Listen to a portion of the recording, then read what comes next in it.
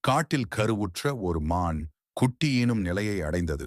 அப்போது கருமேகங்கள் சூழ்ந்து கனமழை வருவதற்கான அறிகுறிகள் தென்பட்டன. அதே நேரத்தில் அங்கே காட்டுத் தீயும் பற்றி எரிந்து கொண்டிருந்தது.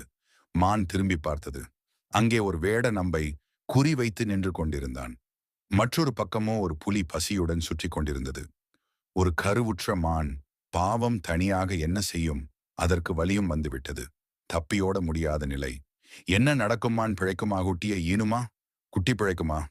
இல்லை. காட்டுத்தீ எல்லாவற்றையும் அழித்து விடுமா? வேடனின் அம்புக்கு இரையாகுமா? புலியின் பசிக்கு புசியாகுமா? மான் தன் கவனம் முழுவதையும் தன் குட்டியை ஈனுவதிலேயே செலுத்தியது. அப்போது மழை மின்னல் தாக்கியதில் வேடன் பார்வை இழந்தான். எய்தப்பட்ட அம்பு புலியை தாக்கி அது இறக்கிறது. தீவிர மழை காட்டுத்தீயை அணைத்து விடுகிறது. கடைசியாக மான் அழகான ஒரு குட்டி மானை ஈன்றெடுக்கிறது. நீதி, நேர்மறை எண்ணம் உங்களை வாழ வைக்கும், எதிர்மறை எண்ணம் உங்களை அழிக்கும். இந்த தாய்மானுக்காக ஒரு லைக் போட்டு உங்க கருத்தை கமெண்ட் பண்ணுங்க. நன்றி.